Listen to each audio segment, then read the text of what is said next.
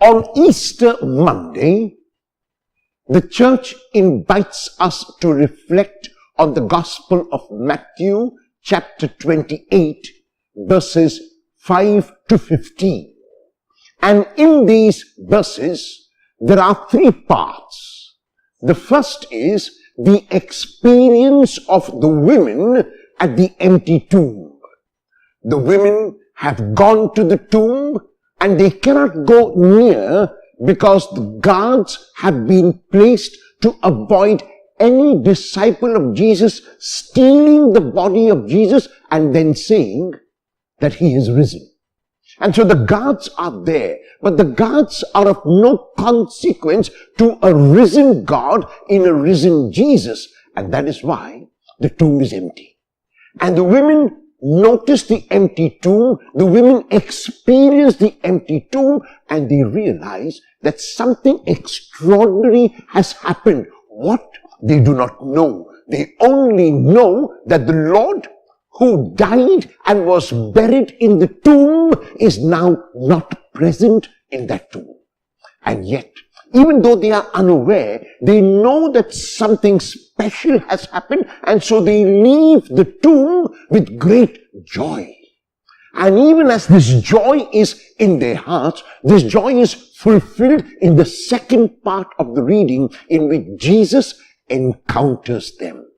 And Jesus gives them a message that he is risen and is going before them to Galilee, and to tell his disciples that he will meet them in Galilee.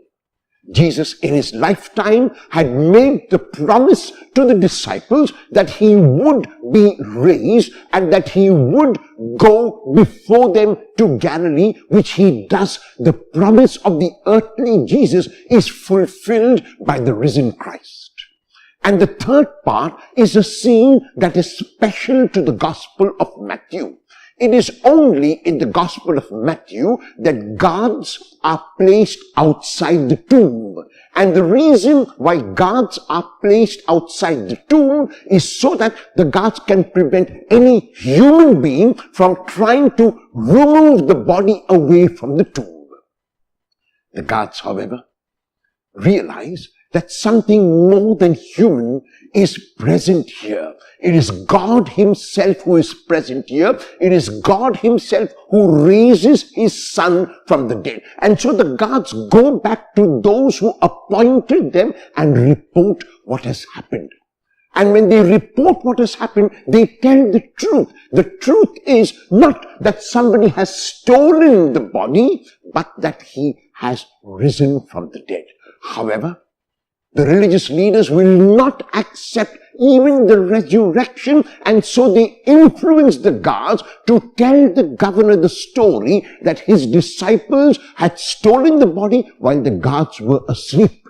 And they even tell the guards that if the governor takes them to task for falling asleep on duty, they will make amends, and they will make sure that the guards are not punished for their lack of alertness, for their lack of being aware of what has happened.